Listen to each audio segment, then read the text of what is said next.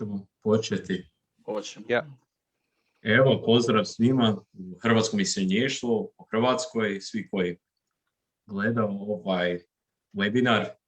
Radni jezik ovog webinara je engleski, pa ću nastaviti na engleskom jeziku. Ako imate bilo kakvi pitanje, možete postaviti na hrvatskom u komentarima, ali mi ćemo postaviti vjerojatno na engleskom. Hello and welcome everyone to the new Crow Diaspora webinar series. Firstly, I'd like to give the mic over to George Kovacic, President of Crow Diaspora Canada, as well as President of the BC chapter of the Canadian Croatian Chamber of Commerce. The Canadian Croatian Chamber of Commerce played an integral role in today's webinar. And, shout out to Juanita. And George, the floor is yours. Thank you, Mate. And first of all, I want to thank everybody in Zagreb at Crow Diaspora. I mean, Mate, John, Goran, Neven, everybody, you guys have done a phenomenal job over the past year. It hasn't even been a year. I mean, you guys have come from nowhere and really set the tone and the establishment. What I would like to, first of all, thank you guys for so quickly coming forward with this webinar. The BC and Alberta chapters of the Canadian Croatian Chamber of Commerce in December went out to our membership. We did some outreach. And one key topic of discussion or interest was EU funds in Croatia. It's come up often, but people just didn't understand how it functions. And what I found interesting is the interest for EU funds in Croatia was actually coming more from non-Croatians than Croatians and people that actually have businesses because they say, wow, this is a great opportunity for Croatia. So the BC and Alberta chapters of the Canadian Croatian Chamber of Commerce, with a lot of help from Anita out of Toronto, put on a webinar last month with Croatia's ambassador to Canada, Vice Skacic. It was a very good event. And what we found after the event, we even had more questions regarding EU funds. And all the correspondence I got back after the event were regarding EU funds. So I'm really thankful to John and PwC and Goran and Mate for so quickly coming forward to answer these key questions. I understand, Mate, this is going to be available later on via delay via Facebook and other mechanisms. So people that are not here today can actually get this information moving forward, and that you'll also be releasing an article in the presentation. So once again, thank you, and I'll pass the mic over to you and let you guys do the great work you guys do. Thanks, everybody. Perfect. So as we'll see today, Croatia has a huge opportunity, as George already said, at its doorstep. The European Union plans to give extensive funds to Central and Eastern European countries as part of the EU's Next Generation Fund.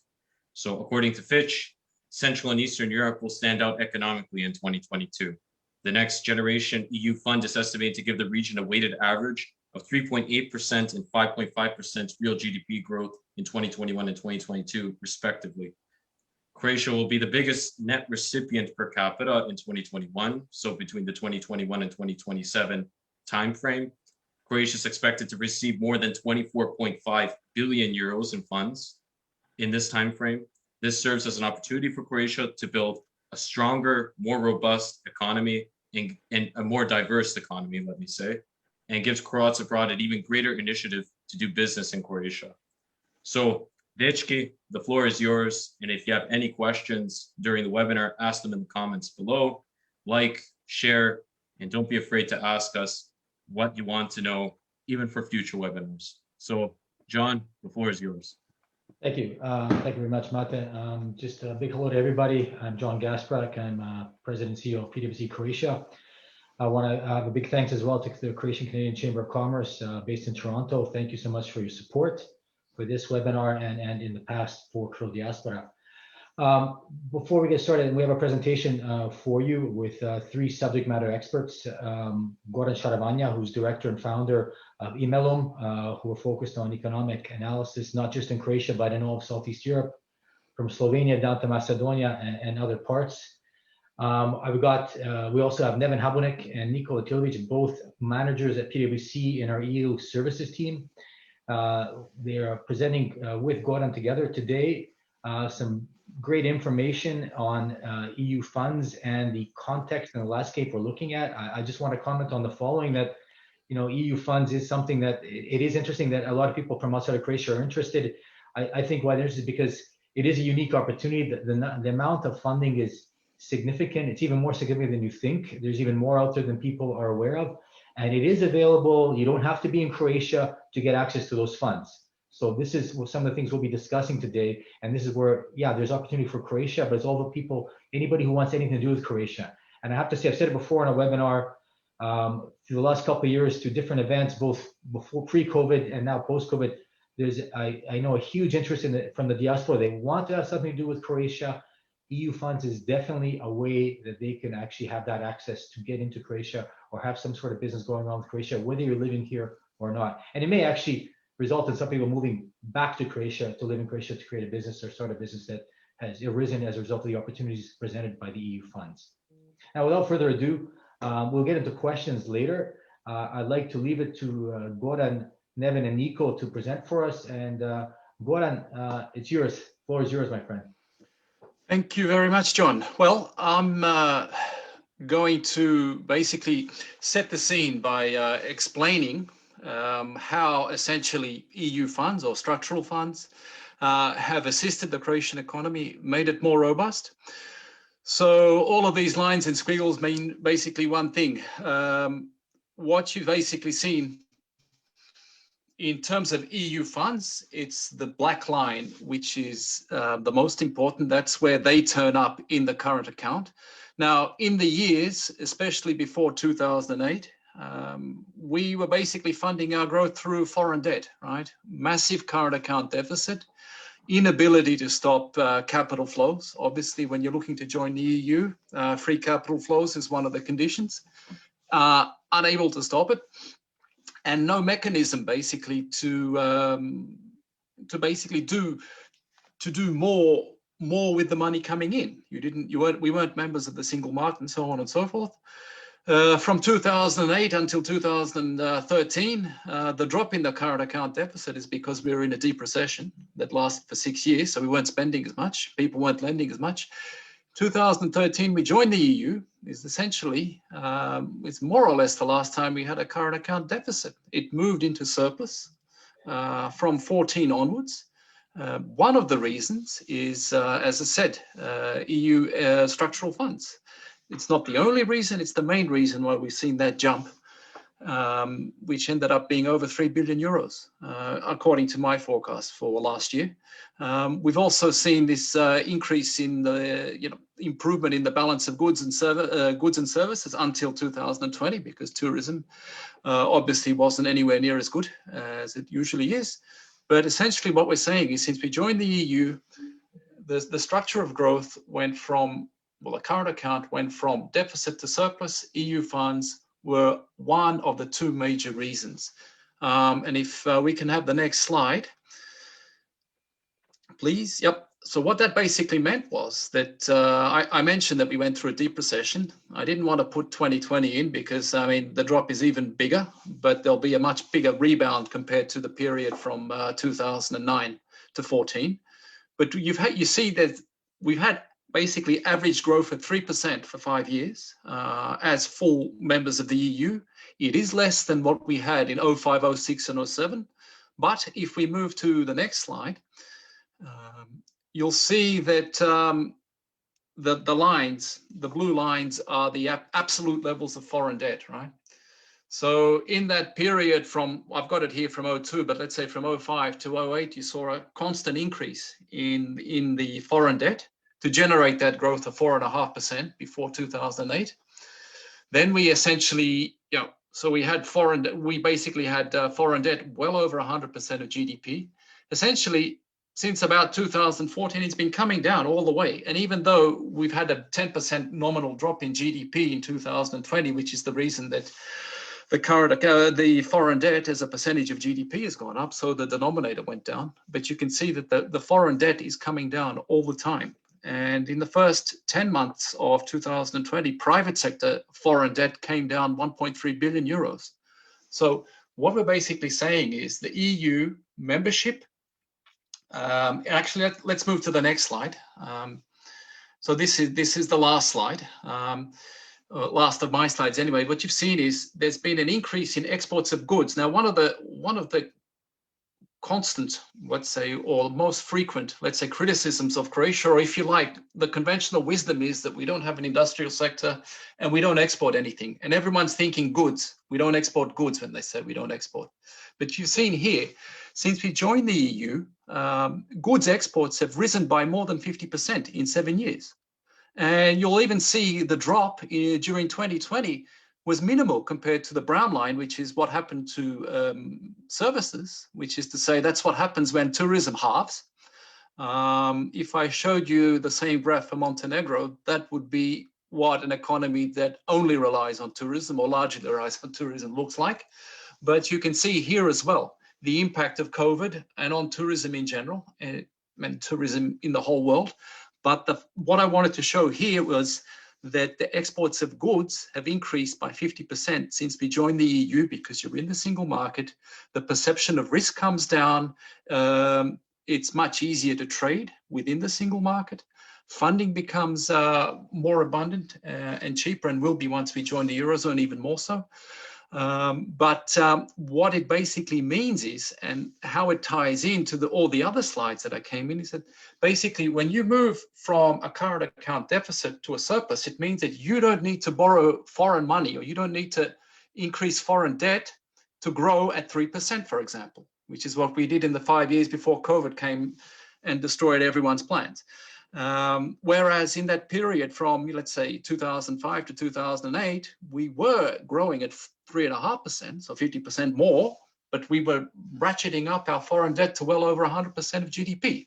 So what it basically means is EU structural funds, which have assisted this move in the current account deficit to surplus and balance, more or less balance in 2020, despite the €5 billion drop in tourism revenues, have helped basically put the Croatian economy on a stable footing, where prior to the crisis, we could grow at 3% while running down our foreign debt and running down private sector indebtedness, which means that private sector balance sheets are on aggregate far more robust than what they were in the period before the first financial crisis. And it also means that in addition to what Neven and Niko will say in the slides following, and how there's 24.4 billion euros of potential EU funds, where at least 6.3 actually are grants, so you don't have to pay them back. How they can basically help develop the private sector, generate even quicker growth than the 3% we saw in the 5 years prior to COVID coming. Now, from a macro perspective, the EU funds, essentially, when you look at 24.4 billion euros, that's more or less 50% of last year's GDP, right? Now, even if you, let's say, factor in a high growth rate of, let's say 3.5% this year and then 5% for the rest of the period and 1% inflation, you're still looking at well over 5 percentage points of GDP in EU funds into Croatia every year between this year and 2027, which has got to be reflected on growth. So it's a very positive story. And I will stop on that positive note and let Neven take over. And I'm more than happy to answer any questions you have. Yes, thank you, Goran. I'll say that after we have Goran with this macroeconomic strategic overview of the EU fund additional value to the Republic of Croatia, I will now continue with I'll say structural and holistic level of how EU funds are programmed in the Republic of Croatia and how we are going to use them. After Niko, and I will prepare the floor for Niko, and Niko will after prepare the whole and present the whole procedure, how somebody from Croatia or from abroad can come to the EU grants or the EU financial instruments. So first of all, how I said, just shortly, who is presenting here today, we are dealing from the EU services team with two levels of EU funds on private and public sector level. Public sector level is mostly working on the policy level, financial instruments, regional development, and is in one way structuring the floor and how we will use the money and how how potential investors, Croatian companies, etc., will use this money in following years. And on the other hand, we have how we are calling it private sector. that's in fact dealing with all potential access to finance stories in Croatian market for the local and for the investor from abroad, from the moment of preparation of project application, for the scoping of the project. Later on, what we're also doing is the process of the implementation of the project, public procurement, monitoring, and evaluation, etc. So how Mate said on the beginning, I will not go into details on each slide because there's a lot of information. Later we'll share this presentation with all of you, so you can ask also later on with all potential information that you're interested in. How in fact European funds are working on the level of the European Union. You're for sure hearing different industries, different niches, etc. We have in fact in European 7 years budgets in European Union. The last one was for 2014 to 2020. Right now we are entering in 2021 to 2007 normal, I would say, multi-annual financial framework. That's ordinary budget that's programmed and budgeted each 7 years in European Union for each member state. So from this part, European Union programmed and prepared more package with more than 1,000 billion of euros for all member states, as you can see in all different areas. What's in addition to in this period, first time in the history of European Union, and as the reaction to the, I would say, geopolitical situation and to COVID-19 crisis, is that European Union introduced something new, one funding facility that's called Next Generation EU. And in fact, most of the money is going to the Recovery and Resilience Facility, and each member states need to prepare a recovery and resilience plan with a concrete, concise, and practical information investments in the next 6 years. So in this part, whole European Union has more than 750 billions of euros of investments ready that should go and start in next few months. So Niko, if you can move us on the next slide. Now we are going even deeper from the EU level. When we said how much money we have on like European Union, what we have in the Republic of Croatia, it's the situation is the following. So in this moment we have, I'll say, 3 packages, 3 funding facilities in the same time. We have still leftovers for the previous multi-annual financial framework that had for Croatia more than 10 billions of euros. We are still dealing with this money, and we have still some grant calls, financial instruments, public investments in infrastructure that are in fact activated in this year, or maybe will be activated in the next year. In addition to this, where still some investors from private or public sector can gain some, I would say, some investments, we have these 2 mentioned before funding facilities, multi-annual financial framework for Croatia, that has more than 14.3 billion of euros ready for different kind of investments through grants and through the financial instruments. And in addition, on top of this, we have Next Generation EU with the recovery fund that's bringing in Croatia at least 9.9 billion of euros. So how everything is working. In multi-annual financial framework, you have 2021-2027, 7 years plus 3 years to finish all projects. In the Next Generation Recovery Resilience Facility, we have 3 years plus 3 years to finish all projects. That means that, in fact, what's the biggest challenge right now for Croatia is the situation that we need to find and we need to allocate, we need to disburse, contract, verified, and later pay more than almost 10 billion of euros. And that's a little bit tricky from one side for the whole government. We are doing with them how to make the system even more efficient, and also that's a huge opportunity for all possible investors abroad. I will say, and maybe to make a distinction, when we are comparing multi-annual financial framework and Next Generation EU for Croatia, right now, with a huge disclaimer, because this is the period when all the money is programmed and being programmed in this moment, we are thinking that most of the money from the Next Generation EU through the grants will go to the public infrastructure, and the private sector could use the biggest additional value from Next Generation EU to the financial instruments.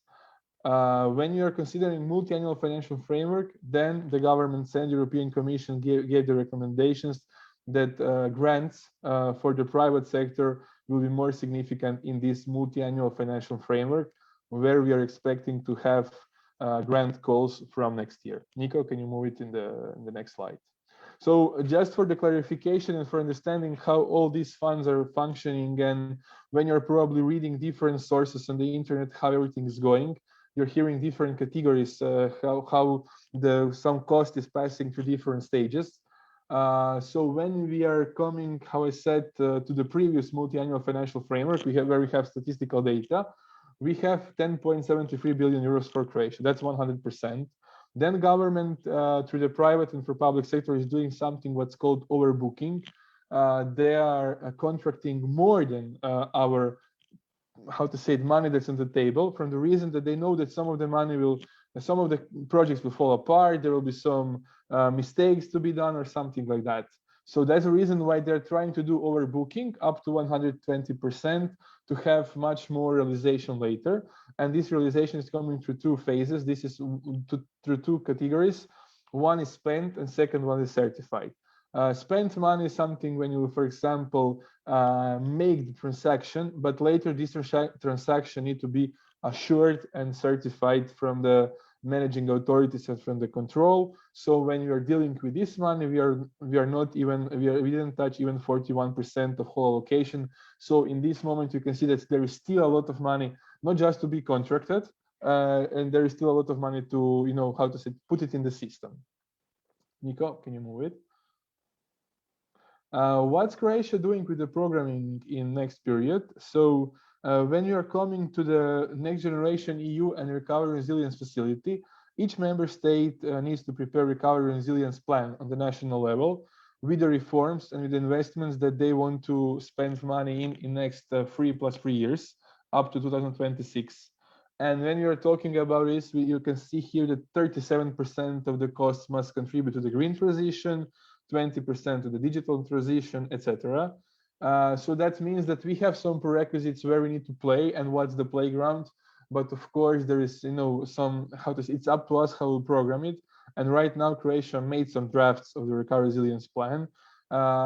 Everything will be finished until 30th of April. So more concrete informations for the private sector plus for the public sector will be published, I'll say, through the May or June. And then, how I said on the beginning with the disclaimer, we will have concrete information what exactly, how exactly private investors can gain some advantage from the recovery resilience plan.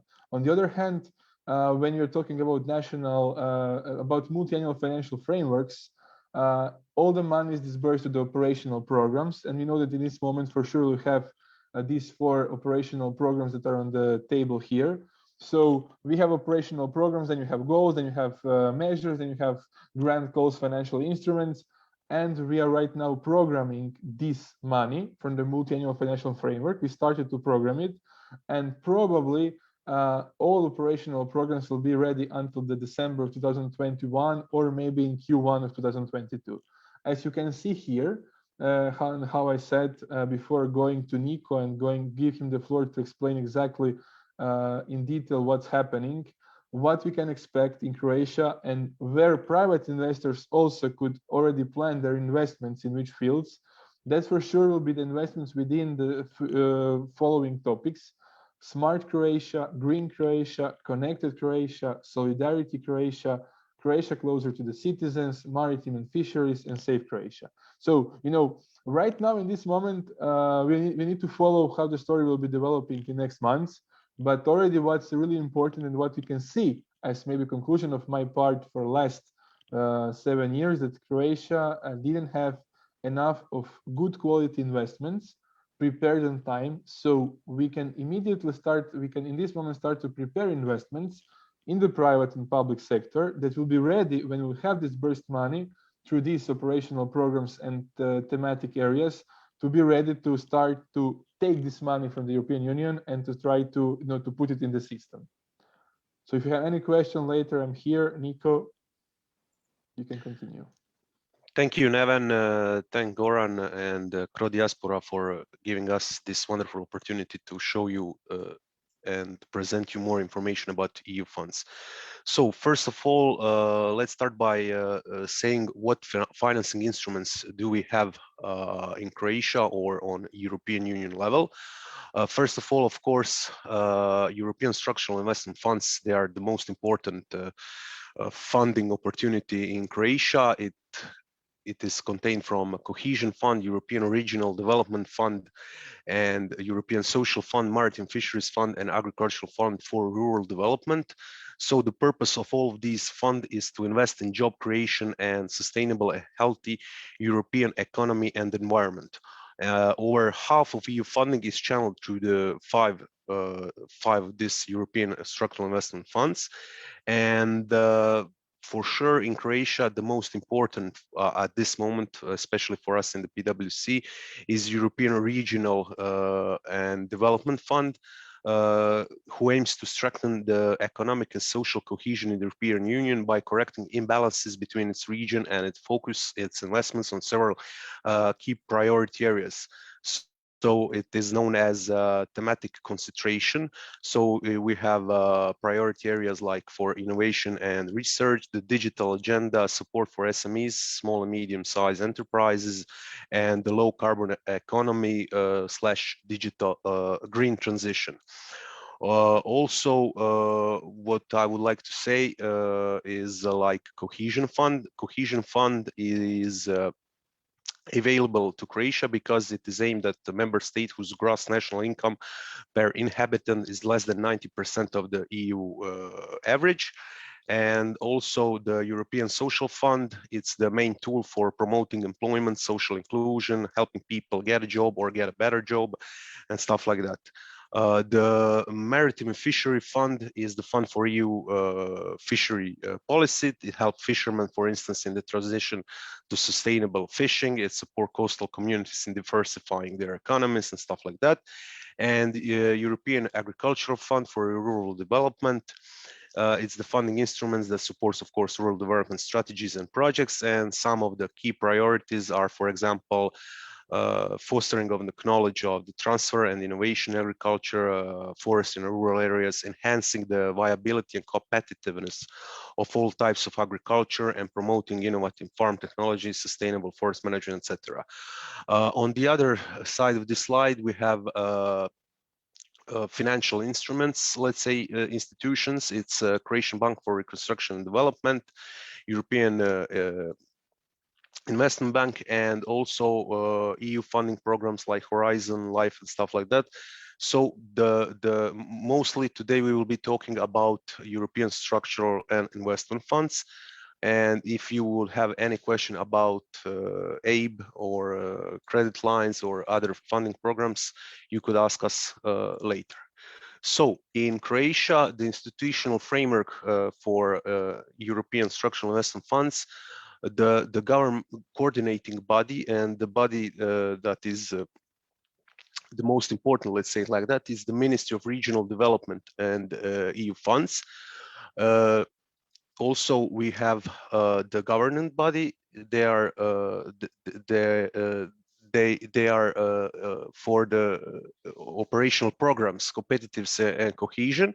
So again, we have Ministry of Regional Development and EU funds, and the Ministry of Agriculture, and then we have intermediate bodies like level 1 or level 2, and they are responsible for certain call for proposals that you will see later in this presentation. So for instance, for the operative program competitiveness and cohesion, level 1 intermediate body is Ministry of Economy and Sustainable Development, and the level 2 intermediate body that works mostly with entrepreneurs is like Environmental Protection Energy Efficiency Fund, or Croatian Agency for SMEs, Innovations and Investments. The next slide is, let's say, very important just to see the trends. So if you see from 2007 to 2013, we have been in pre-accession. So we're using funds from instrument for pre-accession assistance. And as you can see, annually, we have had only, let's say, roughly about 150 million of euros available in grant money. And when we entered the European Union in 2013, it explodes, let's say it like that. So we get 1,000 million of euros in 2013, and it's only going upward from that point of time. And today we are talking about even doubling those figures. So for the period of 2014 to 2020, we have 10.7 billion of euros, and we expect in the next financial period from 2021 to 2027, 24 billion of euros. So that's a big opportunity for all of you, and especially for the Croatian government to fasten up our economic development and recovery. If we are going into operational level, because we were talking mostly about strategic and policy level before, we have certain call for proposals. And first thing you should know, it's the pretty much the basics. So every call for sure has some release date. And every call also has to be in open e-counseling procedure where the public can give some comments or advices to government how the call should be structured or something like that. And for today presentation, let's say that release date of the call is 15 of the February, and because of that, let's say that the deadline is 15 of May. Why is that? Because most probably and most likely calls in Croatia last for 3 or 6 months, and they can be in two types. So we have temporary or permanent call mode. So the temporary call mode, it means that the fastest one is has the biggest probability to win the grant money. So we call it fastest finger. And the permanent call mode, it means that all applications are gathered, and the quality of the project that you are applying is the only selection criteria that is really relevant. So every call has its purpose and its aim. And for this presentation, we select 3 types of calls. So we have selected the energy efficiency call. It's call for, let's say, green transition. Then we have a call for improving production capacities. It's most likely for SMEs. And we have the call for R&D, research and development activities.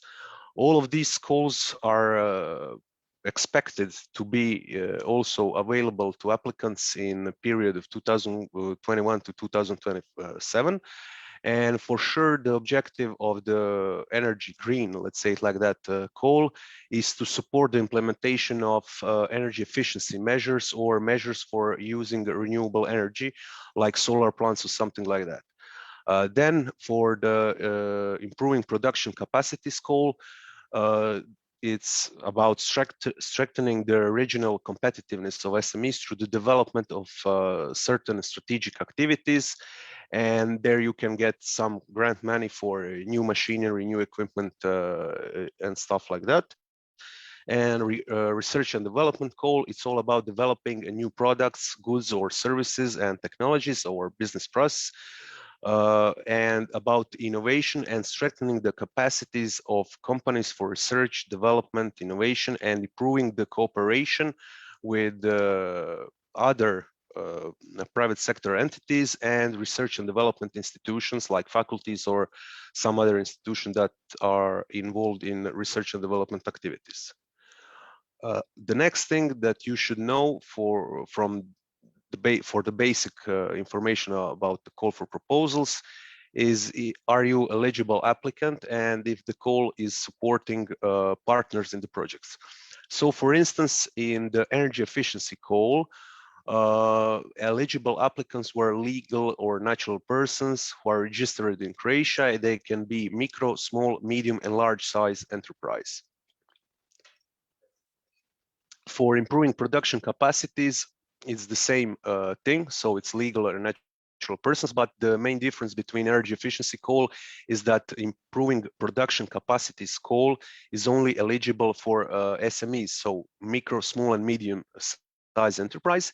And what is also important to acknowledge at this moment is that no enterprise from military industry, agriculture, fishery, and aquaculture can apply for this kind of calls for proposals. And also research and development call, most likely large enterprises can apply. So it's pretty much the same stuff as for the energy efficiency calls or improving production capacities. But regarding the research and development calls, you can have a partner, and that is maybe interesting for you guys in diaspora. So the partners can be entrepreneurs and or research and dissemination organization that contribute their knowledge, resources, and capacities to the implementation of that kind of project. And what can be interesting for you guys is that if you are a partner and you don't have a registered office in Croatia, you can participate in the project, and you can get about 15% of eligible project costs. So that's one thing that distinguishes R&D call from all other calls.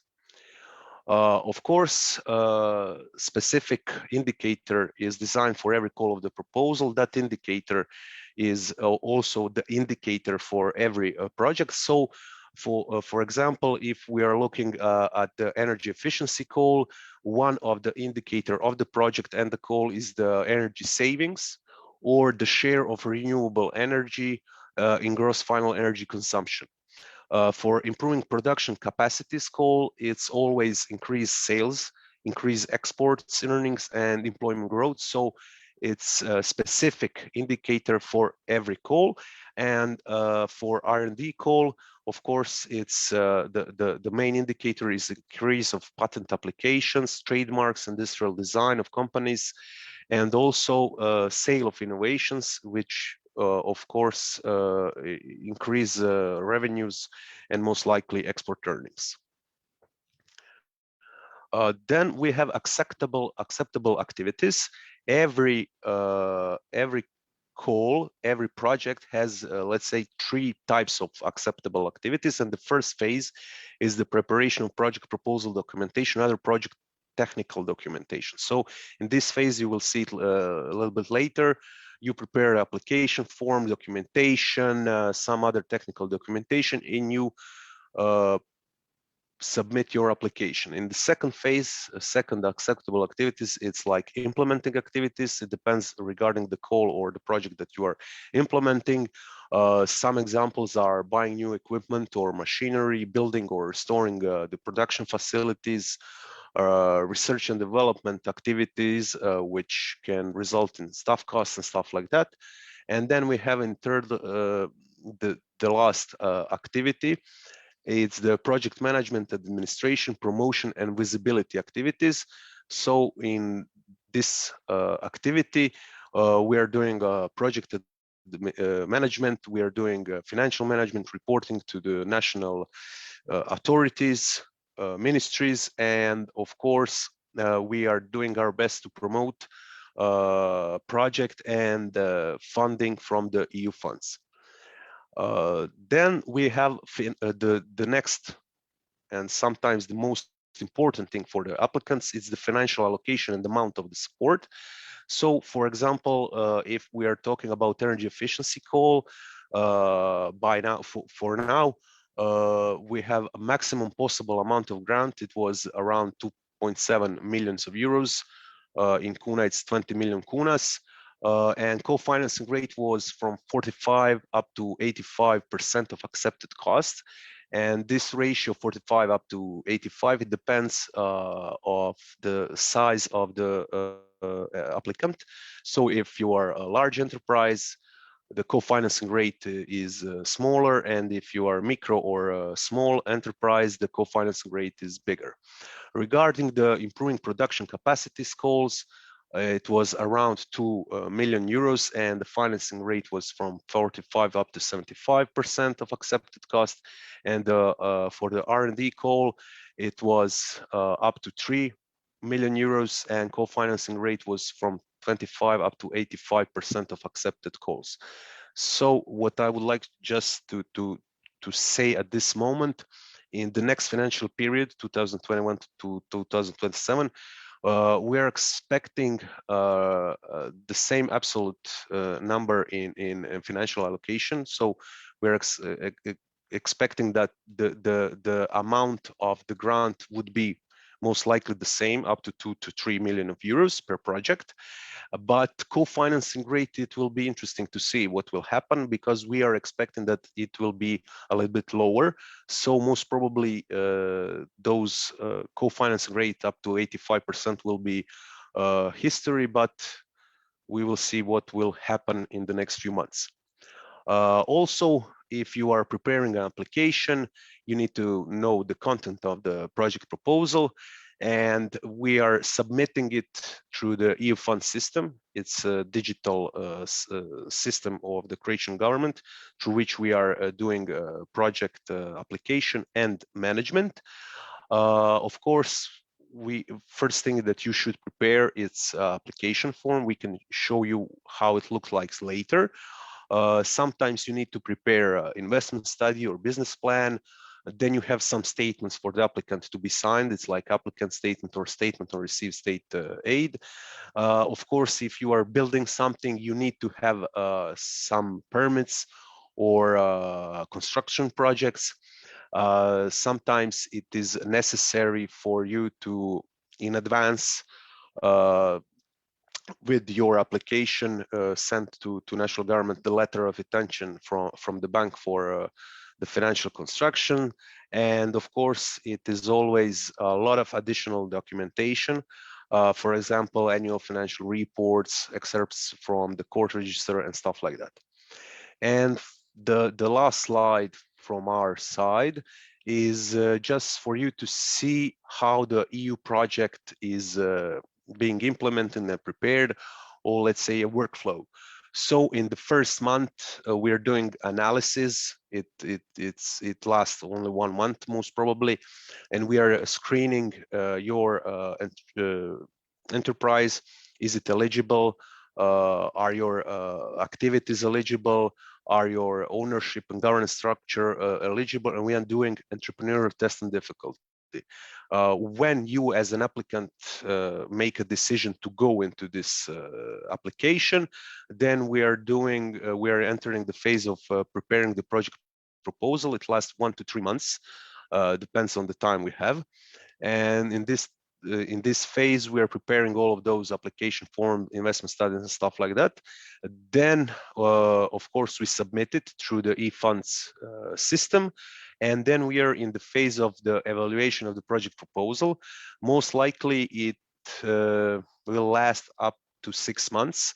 And in that time, your project proposal application is being evaluated by the project selection committee. And if you have some objections in that evaluation, you can always turn to Ministry of Regional Development and EU funds to have some objection. The next phase, after you receive a positive note from the government that your project is being, then you go to the signature of the grant agreement. It lasts only 1 to 2 months. The next phase is the implementation phase, and it really depends upon your project. Most likely it will last from 12 to 24 months. And in that phase, you are doing really the implementation, you're buying equipment, you are doing R&D and stuff like that. At the end of the project, you have 1 or 2 months of job, because you need to wrap it up for the national body, and you are sometimes obliged to do financial auditing of the project. There are financial final controls of implementing bodies on the field, and when officially the end of the project is come, then you have a most likely 5 years period of post-project activities, which means that you are obliged to report and maintain the results of the project. So that's, long story short, EU project workflow, and that's all for today.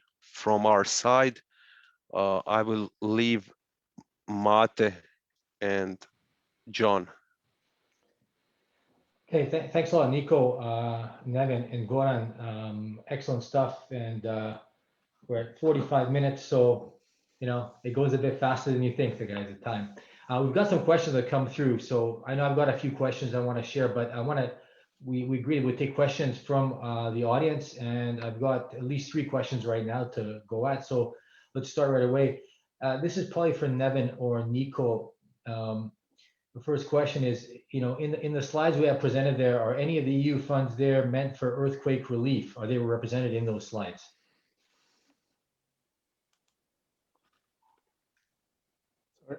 John, it's for all of us. So I'll say from this side, we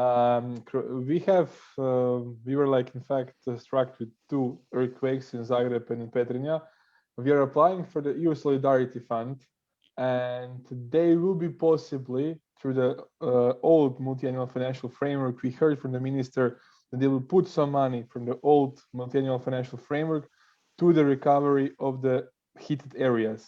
But in this moment, how I said in the beginning, is hard to say with 100% to be sure how much and in which moment and where exactly. Because we are getting huge chunks from the EU Solidarity Funds. That's, I would say, the biggest allocations that they even disburse to some EU member states through this EU Solidarity Fund. So we'll get it on top of this money. Some of this money will for sure go to the heated areas through the grant calls, maybe for the entrepreneurs, through the infrastructure rebuilding or something like that. So, in this moment, it's hard to be sure about the earthquake, what exactly will happen in next month. Okay, excellent. This next question might be open to all 3 of you, but you'll find it interesting, is what would you suggest as a starting point for someone looking to pursue their career in EU funds consulting, but they don't have work experience in this field? Who wants to? Niko, go ahead. Yeah, I can just say one thing. It's commitment, and please join us at PwC, because we're always looking for good guys. Yeah, I'd have to echo that.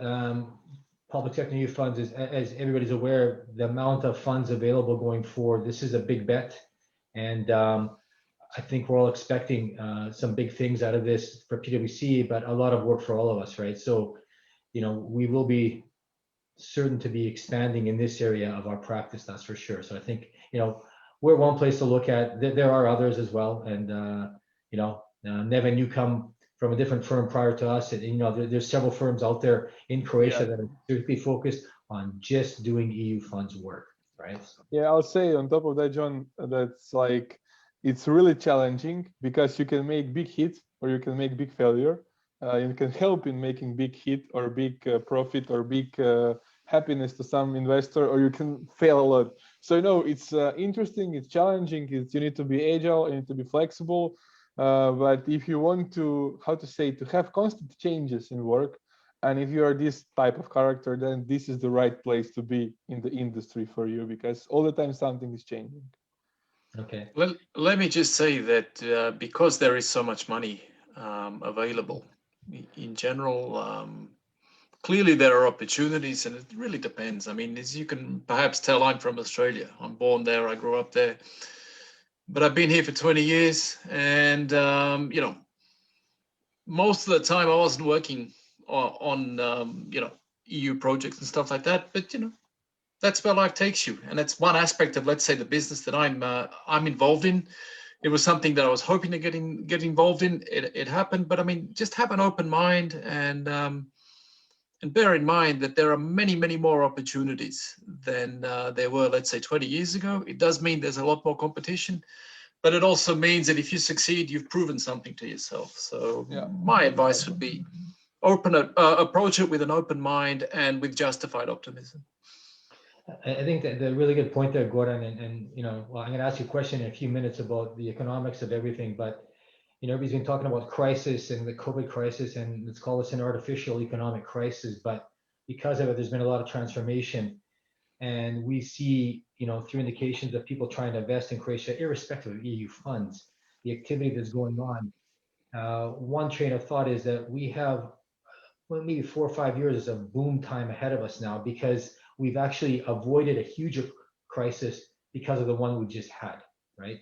And with the news of COVID vaccinations of being dispersed, it's coming around. It's like a stock market. It's positive information, and people are starting to open up again. So, as Gordon, as you said, if somebody were to think, hey, I'm going to go give it a shot, yeah, no better place than here actually to consider doing that, because the money will be coming in, but we're also expecting a natural boom to be occurring as well, right? So how big we'll see, and again, that's just one train of thought, but we look at it very positively, right?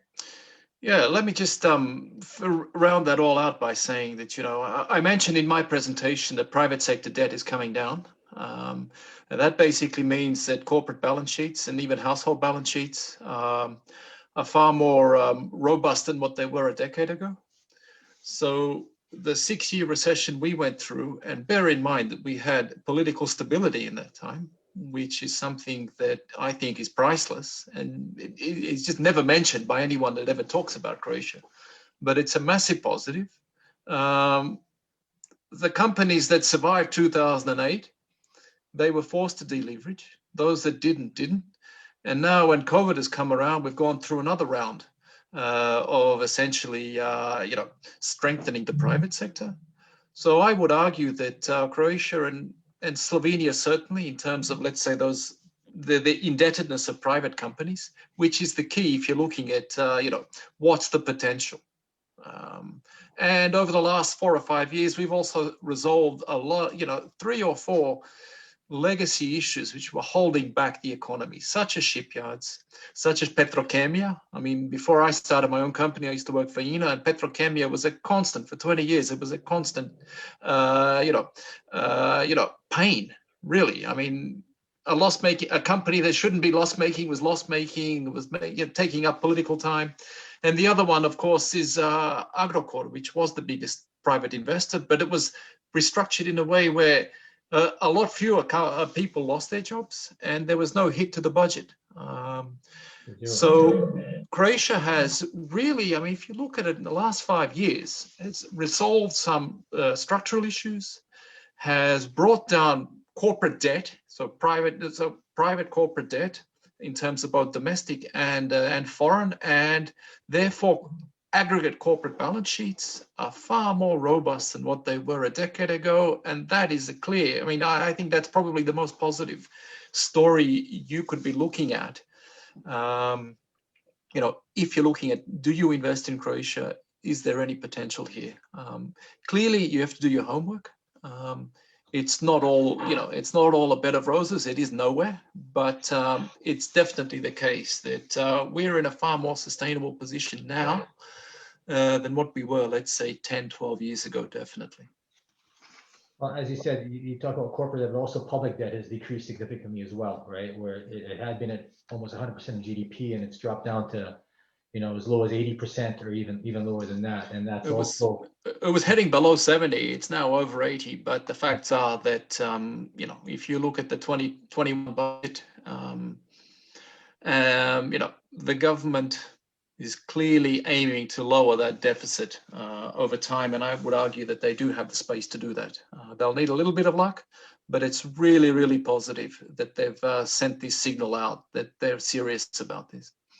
Well, I just wanted to add, just to finalize that point, is that, with the reduction of that debt, just, in layman's terms, that also means that the interest that goes with it, the money that goes to pay off the interest on that debt will has already significantly declined, but it will continue to reduce going forward, which means there's more room in the budget available to invest in the economy in addition to the EU funds and create some sustainable growth that we would all be looking for. Absolutely, John. Croatia has a split rating at the moment, thanks to Moody's. It's a little bit behind the other two, Fitch and S&P. But if you look at where Croatia's sovereign bonds trade, we're literally trading as an A-rated sovereign. But if it weren't for COVID and the deep global recession, I'm sure that we would have had a credit rating upgrade during 2020.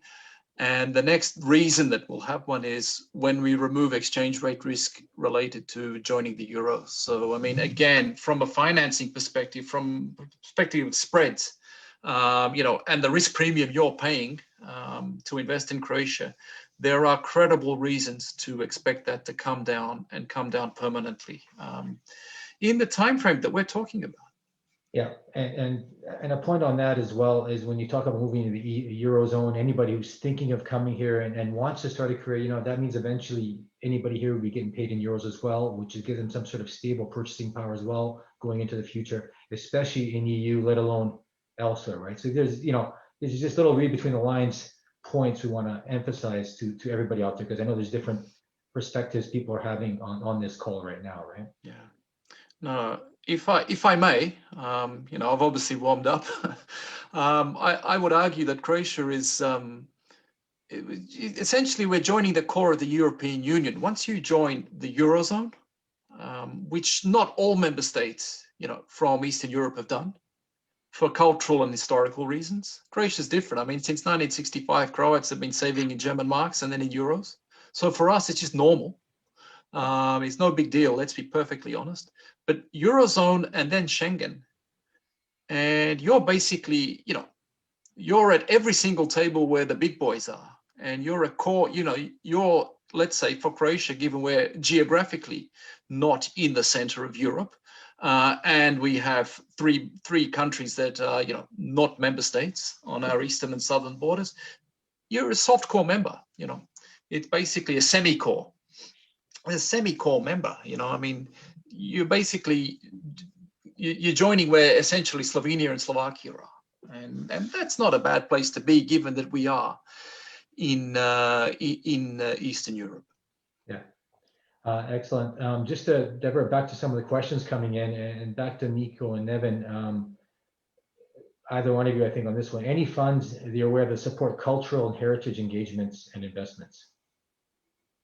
Yeah, there are a lot of funds for that kind of activities, but at this moment we cannot be specific, because we are just waiting for the next financial perspective and the multi-annual framework to be discussed and concretized. So most likely you should follow us and get in touch with us, and we will get back to you if you have some project that you want to develop. We just need a few details, and we will get you on our radar, and we'll be back to you with good information at the appropriate time. Yeah, maybe I'll just give a short, I'll say on top of it, of Niko, what we have seen in the history in the last 7 years. We had, just to explain to the people that we had a calls, for example, for investments in the cultural heritage infrastructure. So you have, for example, maybe and all of you, fort in stone in Pelješac Peninsula. So they were like rebuilding it with the EU money. You had a different places, national parks that we are all visiting. We had a bunch of different cultural and natural investments in the infrastructure. On top of it, we had also through the European Social Fund that we didn't go too deep today. You had a lot of grant calls where different kind of associations or kulturne umjetnička društva on Croatian, to understand, where they could seek money to boost their knowledge, their experience, and their heritage in this soft way. So yes, we are expecting, how Niko said, we don't know how much and through which way or something like that, and in which or through financial instruments or through grants, but for sure what we already saw in some draft documents of the programming period, there are investments in the soft part of the cultural heritage, and there will be investments in the infrastructure of the cultural heritage. Excellent. I would just like to mention one thing that we are doing, and we know for the good practices. For instance, some infrastructural projects in around Dubrovnik. I cannot speak freely about the projects, but we are doing the green transition, and that restaurant will be a green restaurant, and it is located at the cultural heritage location. So it's there will be a lot of opportunities, especially if you can blend it with the green transition or maybe a digital transition. Excellent. Okay, so this is one of those, if I tell you, I got to kill you, but okay, I get it. No, just ask me later. A question from George, who spoke at the start. We'd like to say excellent presentations. Are you, question any one of you, are you aware of any initiatives to connect or match diaspora scientists and businesses with scientists and businesses in Croatia for joint EU proposal submissions? I'll say from the public sector level or something like that, if you have some platform. Unfortunately, there is no Croatian platform. There are some EU-based centralized Luxembourg, Brussels platforms. There were RDI investors, so investors that want to make projects in the field of research, development, and innovation. They could seek it, but I think it's a good idea, George, and something that we can play the role of this, how to say, of the hub, to try to see, to gather the information from diaspora, from abroad, with Croatian interest, and to put it in the motion. So I think it's a nice idea. If you have any kind of interest, we can play this role. But in this moment, I would say on the national level, that the government or some institution is playing this role. Unfortunately not. Okay, thank you.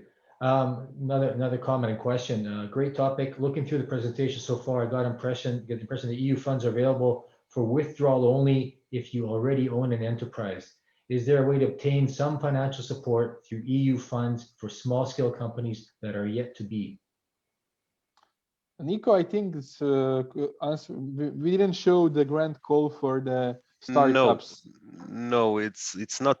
Let's say in Croatia we have a bad definition of a startup at this moment, and we have a certain discussion with the Ministry of Economy and Sustainable Development regarding the developing startup ecosystem community, and how to position Croatia in the whole global startup community better. And what can we say about the question at this moment is that we have a certain calls in which you don't have to have a legal entity at that moment, and you can apply for around let's say 200,000 euros grant money. And if you are picked, or if your project proposal is successful, then you are obliged to establish office or a company in Croatia. And also, what is really interesting, we have some micro or small loans for entrepreneurs that want to develop their business from the scratch. And if you are an entrepreneur looking for scaling up a business, you can get up to 25 or 50,000 euros a subsidized credit line from Croatian national bank, HBOR. Croatian Development Bank. Yeah. Okay, sure. Okay. So we have certain opportunities, but we would like to have more of those, and we are in active discussion with the Ministry of Economy and Sustainable Development to achieve that goal and to get better support for our startups. Yeah. In addition to this, John, just to give to all the people that are listening to us, I would say additional information. So this was the past call, and it was in this previous multi-annual financial framework. We are programming the new one through this year, so we'll be much smarter, I would say, in Q1 of 2022 to answer this question. So if anybody has the idea or the plan, let's keep in touch, and we will have more information in the following months. Yeah, I would just like to say that, for instance, startups in Croatia have a source of funding also from the EU centralized programs like Horizon and stuff like that. So there will be opportunities, and most likely you can get around 200 or 300,000 euros of grant money in 1 year in Croatia, in one cycle. So that's good enough start for the startups, from my point of view. Excellent. I got a question in Croatian language. I'm going to say it in Croatian first and then in English. koliko su zaštićene inovativne ideje koje zahtijevate da se unaprijed prilože? So any innovative ideas, how are they protected if they have to be presented up front? If you have a innovative idea and you're a startup, most probably you don't have any patent or intellectual property rights. So you don't have to be in the system, like I said. You just need to have a good idea, and in the process, you need to, of course, obtain intellectual property rights for doing the sale across Europe, Croatia, or globally. Yes, but Niko, maybe we can sell this. If we are talking about general protection, if somebody will share this information with us or with the ministry, this process is fully confidential. Of course, if somebody will breach it in the ministry, but I was working also as the evaluation expert within the RDI calls. So all these topics, and you can see a lot of amazing ideas, but in any moment you are protected by the system and by the law and by the rules, because you can easily prove that somebody shared this information outside of the evaluation process or from the company. So in this way, you don't need to be scared that somebody will share this information with some colleague in the ministry or during the coffee or something like that. Okay, I got a question. Maybe you touched on it a little bit earlier on a previous question, but it goes. It says you've mentioned some SMEs, meaning small and medium-sized enterprises, being able to access EU funds. Can you address further how you see small businesses or contractors fitting into this EU funding? This is for my friend Neva Zvonkovic in Edmonton, Alberta. So hi, Neva. But talking, so not just small business, but contractors as well, potentially coming in. Is that to change anything from your previous response on? But just to clarify, maybe I didn't understand the question well, but contractor in the way if somebody is seeking service provider or some goods provider within the EU project. Could be, yeah. If this or is the somebody question. somebody providing the services. Okay. So somebody providing the services within the. So I'll give the general answer on this one, and maybe this is one of the topics that we have discussed with George and Mate for the following webinars or something like that. So we have for the public and for the private sector, we have the web page where each user, final beneficiary of the project is publishing their procurements for the services, goods, or something like that they are requesting within the project. So this is we have one public procurement page, we have private public procurement page, and in PwC, in our team, Niko and me, we are leading the experts that are also taking care about this one. So if we can maybe talk, next webinar or offline about how this process is going and how we are screening the market and how we are preparing the short list for potential contractors within the EU projects. But I'll say honestly, in this way, that's too big process, and it will take maybe 5 minutes just to explain this, this small chunk of the market. So if you're interested in it, we can do it in next webinars, or we can touch it offline. For sure. Okay, excellent. Another EU funds question, and I'm going to switch to a question that's strictly aimed at Goran, but this one I think maybe all three of you can think about this. Are there large-scale funds available, i.e. 20 to 40 million euros in the 2021 to 27 for projects that combine innovation, agricultural jobs, regional development, etc., all combined with cost-effective, sustainable, regenerative products? Similar funds were available in 2014 to 2020. It would be good to point the direction to such funds in the EU funding jungle. Okay, if I understood it correctly, we are looking for EU funding for a big project. Yeah. There are, of course, opportunities, but the maximum amount of the grant money for now is like up to 3 to 5 million euros. Sometimes there have been R&D call where you can get up to 5 or 7 million euros. It was in 2015, I think. But at this moment, I wouldn't say that it is possible just from the EU funding get that kind of money. But if you could blend it or combine it with, I don't know, act on strategic investment projects, or Investment Promotion Act in Croatia, you can get a little bit more, of course. Okay. Okay. Yeah, my understanding, if I understood Niko's presentation well, is there's the grant component and then there's the co-financing component, 2 projects, and obviously, just thinking on my feet, I would assume that you can certainly get to 20 or 40 million if the project's big enough when you combine both the grant and the co-financing component, even though the shares we expect to come down. Am I correct there, Niko?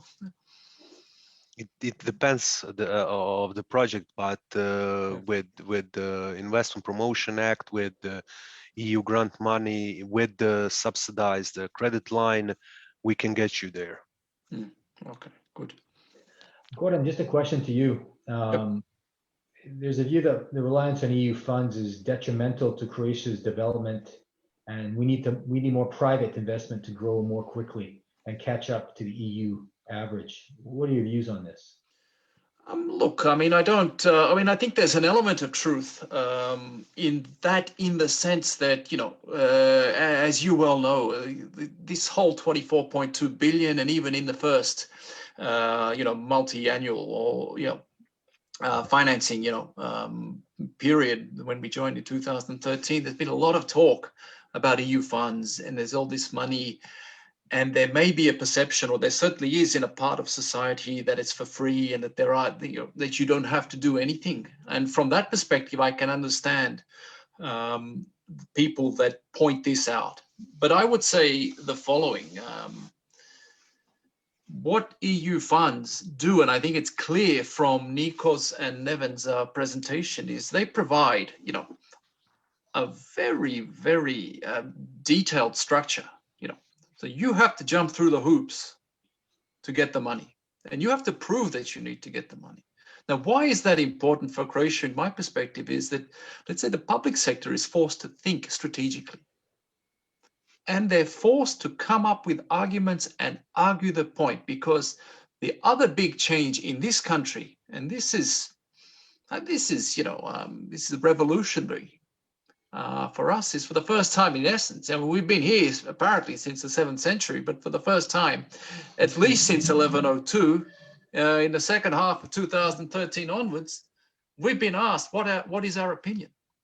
Why do you think what you think?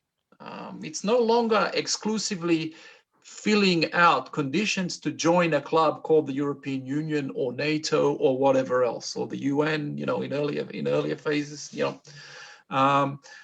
So this is where I see the benefit of EU funds. I think I've been rather clear that the macroeconomic contribution of these transfers is clear, combined obviously with access to the single market, which has essentially unlocked the productivity of the private sector, which is why exports have grown over 50% in real terms since we've joined. But the key benefit is that the public sector, not just the public sector, obviously, if you're a private sector, an entrepreneur in Croatia, and you've never lived anywhere else, all of a sudden you've got all of these conditions that you can meet. If you meet them, and if you convince someone that you've met all, you've basically followed the procedure, you can get a lot of assistance, and you learn from that. And you also learn how the big boys, the guys that have been, in the coal and steel community right at the start, all the way through to the EU, how they behave, how they, the system, they've been using the system for well over 50 years, how they adapt to it, what they do. When you have a seat at the table, you can learn quite a lot. So this is where I think it's extremely important. The macroeconomic aspects, which I covered in my part of the presentation, are, in essence, they're important. But in a way, from a dynamic perspective, they're probably even secondary to essentially forcing specifically the public sector, but also the private sector to lift their game, to argue their point, and to start thinking strategically. So from that perspective, EU funds are a definite plus on a number of levels. But this one, and that what it means for developing capacity, administrative capacity to absorb as many funds, not just funds, but foreign direct investment and any other money that comes in the most, let's say, efficient way and a way that is most contributes to the development of society. That is where the massive benefit is for EU funds, in my opinion, not the actual money as such. John, maybe if I can just to add something, just to follow Goran's thoughts, and for our audience to understand. So the idea generally from the European Union is that how some member state market is passing through the development phases, that in private sector will move more from the grants to financial instruments. And in one way we are facing this in Croatia. How I said before, we have recovery resilience plan within the Next Generation EU. And Croatia was trying to pass the bill to the Commission in the way that we will put a huge chunk of this grant part, 6.5 billion euros, for the private sector. Then the guys from the European Commission sat with us by table and said to us, okay, no, this money will go mostly to the public infrastructure. For the private sector, you can get financial instruments, and most of this will be loans with small interest rate and with guarantees that commercial banks can give, more freely a loan or something to some financial institution. So, we need to be careful. And I think that next 7 years will be the last 7 years where we will have huge amounts or grants in this significant amount for the private sector. And later from 2028, we can expect that they will push us more in the field of financial instruments for the private sector. And from one side, as the EU expert, I'll say that's a good way, even though I have some opponents in the field and in the market, because how everybody is saying, if you're pushed to go with the loan, you have steady business and you have the strategic way forward, how to do without grants and how to gain the profit. Sometimes we are called grant addicts, and that's true because we are addicted, and it's hard to to make a turnover in a way that you need to unaddict somebody from the grant or from anything else. So just for the information, yes, maybe it's the last 7 years to use the grants for the private sector in this significant amount. We need to use it. We need to strategically think and plan the reforms and investments through the grant calls. So if everybody has some good idea or something like that, or some, I would say, reform or some initiative that we can share with the government or something like that, it will be, I think, really good to share it now, because in the next 12 months we will deal the cards, and then we will be just getting the information how we can use the money, but not how to share it. So before I forget, when you talk about dealing the cards, and is on one of your slides, Neven, and I want to just make this point come across as one of the messages I want to come out of this. The funds that are coming through out of the recovery and resilience and otherwise, they're not meant to be, hey, let's do some survival tactics here. This is talking about transformation. The focus is on green and on digital transformation. Sustainable and digital, exactly. So it's talking about becoming a proper, sustainable economy in all sides, right? Now, looking at the slide, it says the minimum of 57% would be either environment or green or digital. But I think you have mentioned to me before that the number is actually much higher. At least that's the intention. Of course, we have the minimum, but when you will see then the wish from the European Commission, and here we need to be really several, even though I'm thinking that we have 12 hands in the Brussels that are now meaning something and we can change the waves, but in this part we can change a lot, and I think that's good. Money that's coming through these channels will be at least 57% green or digital. But when you will come together all different aspects of the grant calls, infrastructure and everything, in fact, this will be much more, I'll say up to 90% maybe green and digital projects and investments and reforms in Croatia. And yes, the idea of recovery resilience plan from the name is coming to totally transform the economy. Public sector, private sector, and everything. So, and how I will say one more time, now is good to plan the investments, even though maybe you're sitting in Vancouver or in Sydney or somewhere else. If you have some idea, now it's time to plan it, to start to plan the 3, because when we will have the grant call outside, especially for startups or for some research institute in Vancouver or in Sydney or in Chile or something like that, it will be too late. It's like 2-3 months period. So especially if you're talking about our entities with outside of Croatian borders, it's from the great importance to start to plan as soon as possible.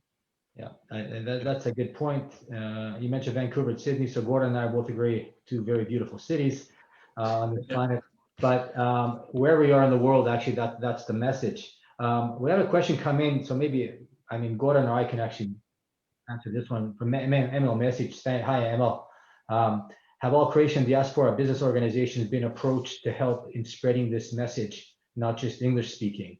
And I'd say, Goran, correct me if I'm wrong, what you think, but yeah, we haven't approached all such business organizations, and there are plenty of them, both Croatian speaking and English speaking. And I think this is, part of the message is to get the word out there as quickly as possible to as many people as possible. Yeah, I mean, I guess I'd just add that obviously business organizations where, there's a Croatian diaspora in the EU is a different story. So, a German Croatian business chamber or a similar organization is well steeped in what the EU can do. So that's one aspect where I think it's covered by well, for want of a better word, and I don't want to intimate anything negative. It's basically logic has resolved that aspect. But when you look at other diaspora, I don't know about South America. I'll be honest. But I think in terms of the English-speaking world, it's mainly been covered, But again, there's always scope to do more. Niko, question for you. Can you blend or combine EU funding with the Act on Strategic Investment Projects in Croatia and the Investment Promotion Act in Croatia? Yeah, we said it, we can blend the grant money with sometimes with financial instruments, subsidized credit line, and especially with the Act on Investment Promotion Act and strategic projects. We have a few examples at this moment in Croatia. Maybe I can just mention one. It's really popular in Croatia and all around the world. It's Mr. Rimac Automobiles. So of course you can blend those instruments. You can get your financial construction, and of course that at this moment we are not sure where we are heading, what are the possibilities, but in the next few months we will have more concrete information. We will have operational programs set up, everything will be structured, and we will be in a better position to answer proper if you have a potential investment, especially if you have a big one. Okay. Question. I like this question. This one just came in. What about the exposure to bribes and the black economy? The more monies, the more risk for criminal activities. How has Croatia covered for this high risk factor?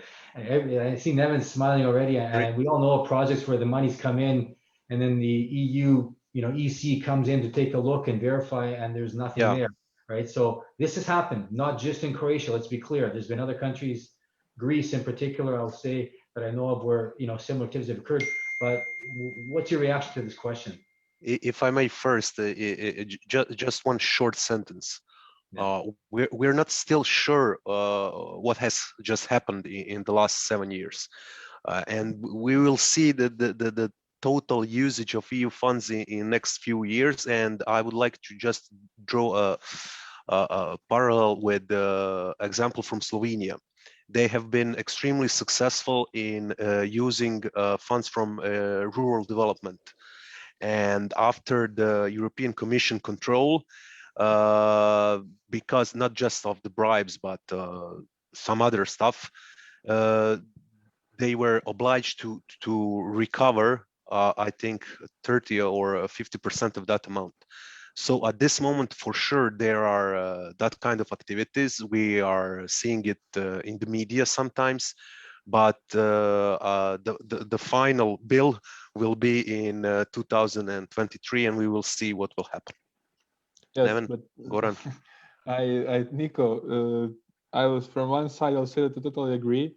There is always some shady area, even within EU money. We don't need to hide this fact or something like that, because I was not a part of it, but I had some quite good examples how the system, how the final beneficiary is trying to play with the system. For example, you right now you just can buy new equipment. For example, within some grant calls, you can buy some restored old one or something like that. But I knew from the experience, the example, and this was punished later, where the one company sent their old equipment to Italy and bought it with the same money and shared the money with the contractor from the other side. So, you know, but how I said, they were fined in the end. We have in the system local and centralized agencies that are taking care about the system. Of course, they're not perfect. They don't have enough resources. But if I need to say what's the majority of the market and how they're playing by the rules because the fines are too big. The Croatian government will pay too much, too big fine on the end if they will give the floor to some shady deals or something like that. So you don't need to be scared. Of course, there are some problems, but they depend most about the final beneficiary. If you want to play shady, you can try. But the government or something like that will go with the EU money directly to mess with the bribery or with some illegal moves. That's, I'll say, too risky on the whole level of the state level. So it's safer than the other industries or safer than the others funding sources. I'll say in this way. Okay. Yeah. Let me just give a heads up. So it's 8:25, 8:26. We wanted to cut it off at 8:30. I've got two questions here I want to put through and then give each of you guys one comment, last comment to close on, okay? So first question, and it's a question I was actually going to ask similar when it's talking about healthcare, but when we speak of Digital Croatia projects, is that looking strategically across all areas, including digitizing clinical or non-clinical health information charts, virtual health models, and education delivery sectors, banking, etc.? Or is it a broader vision across a number of sectors? So how I said that we need to be careful here because still we are dealing the cards or something like that with the money. We have some investments and reforms that are that has the biggest forte to go with them. That's health, that's education, etc. But I think, and from the information that we have, that's right now been put in the programs, that there will be a really wide reach to the sectors of different kinds with the digitalization project. So, you know, we can expect in the agriculture, in the health, in the infrastructure part, even in, you know, in SOEs. So we will know this more in the next 12 months, but it's not just health or just education. Okay. Actually, two more quickly. This one's actually touching on the bigger projects question, which I think is useful to everybody here. So basically says, I was told there are CapEx funds available that pay back 30, 50, 70, 100% of CapEx. Payment occurs 12 to 18 months into production. Therefore, everything must be financed up front. But a CapEx payback allows for an excellent expansion ability when the startup is successful. This is true. Have you heard of such CapEx funds? Are these EU and or Croatian state funds? All my questions are in regards to green projects, natural CO2 sequestration, and job creation in future jobs, right? So have you heard of anything like this? Do you guys, does that ring a bell to you, this type of project? That kind of amounts, no, at this moment. It's just, most probably it's something related to Investment Promotion Act. I'm not so sure. John, if I heard good, it's like from 30 to 70% capex, 30 right? to 100%, 30, 50, okay. 70, or 100. If it's okay, we will give the answer later because it's a long question and it's like short amount of time. So we need to see it because it's complex questions. Okay, so I'll share the question with you and we can respond later. Perfect. Okay, excellent. And okay, the questions keep coming in. There's one more here I want to share because it's actually relevant, I think, to a lot of people. What is the first step to gain access to funds? I have a large project to revive the small villages, and it has been rejected 3 times. It makes me want to call BS to EU funding. Okay, so somebody's very frustrated here, not being rejected 3 times. So I think the most important is to see why we are facing rejection and what are the reasons. It's hard to say right now from the head because we have many occasions where some projects were like multiple times rejected. So again, it's not that we don't want to give the answer, but the best will be to connect with this potential final beneficiary and to see the reasons, because maybe some of the data is confidential or something like that, and then give them good quality feedback. What are the next steps? Really, it's not a problem. It's just share with us the information later. It could be a lot of reasons. For instance, a competitive call, bad location, stuff like that. Okay, that's absolutely, I'm certain it's something like that, but yeah, that type of info will be valuable. Okay, so we're on to 8:30. Closing remarks. Goran, you started it. Some last final thoughts, something you think that are really relevant, or how you want to give your final thoughts on. My final thoughts is this is a net positive, definitely. Clearly that there are a lot of opportunities. You need to do your homework, but when I got here 20 years ago, and you saw it in one of Niko's slides where we were getting 150 million a year, and then it's gone up 10%, 10 times, tenfold, and will only keep going. On the first slide I had, I showed you the secondary balance where the transfers come through. It's not just EU funds. Look, it's a positive story. It's all about your, the way you approach issues, right? Clearly, there's lots to do, which is why people like yourselves are, here to hold someone's hand and make sure they go through the process properly.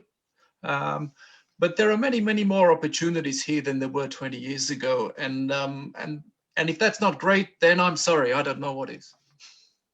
Yeah, I fully agree. Yeah. Neven. Yes, to be short. So we need to be proactive, all of us. Before 7 years, we were like, we just got the information what we are facing. Now we have the opportunity to program next 7 years. And I really mean we all together have an opportunity, because how we'll be feeling the system with the information, there'll be more reactions to us. So start to prepare the project ideas, start to build the project pipelines, start to get in touch with the local consultants, with us potentially, and to see how we can prepare your systems to be efficient in the funding absorption. So, that's the most important. Start to plan right now. Niko, any last Yeah, thoughts? I would just like to end with a positive note, like Neven and Goran. There are a lot of opportunities. This will be a really, I hope so, a good period for Croatia, and we cannot do it by ourselves in Croatia. So we would really would like, and I would use this opportunity to ask all of the Cro diaspora. I also have some relatives in diaspora to join us on this journey, because we really think that only together we can win this situation. I think that's great. I appreciate all your comments. I'll just add one more thought myself to close it up. In the words of Wayne Gretzky, a famous Canadian hockey player, said, you will not score on 100% of the shots you don't take. So you have to try it, right? If you don't take the shot, you won't score. The future does look bright. All 4 of us are here, and we're trying to present objectively, I think, a very positive image of Croatia. When rightfully so, I think things can be done here. Great things can be done here. Why not here as compared to anywhere else around us? It's happening other places. It can happen here. There's great stories, and we're actually witness to these stories. So I thank you guys for your comments, for the presentation. It was absolutely, I think it was great. It was spot on. And I think the comments and the questions from our audience, thank you so much for the participation. You kept us busy with the questions, and I'm sure there's more. We can think of more, but we look forward to seeing everybody again. Until now, diaspora, thanks. We're here for you, and look forward to seeing you again. All right, you guys. Bye-bye. Bye.